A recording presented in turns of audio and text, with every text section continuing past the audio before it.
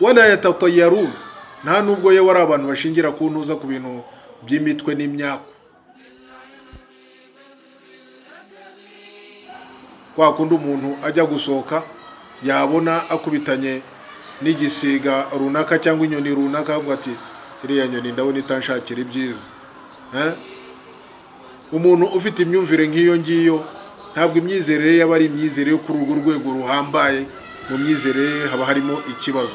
Uvuga ntibagendera ku myaku, ngo naka wanteye umwaku, gusa nanazindutse sinzi ko ndi buhure na naka bikangendekera neza, ariko nagize gutya nkubitana n'iki, nagize gutya mbona iki. Ibintu byo gushingira ku myaku.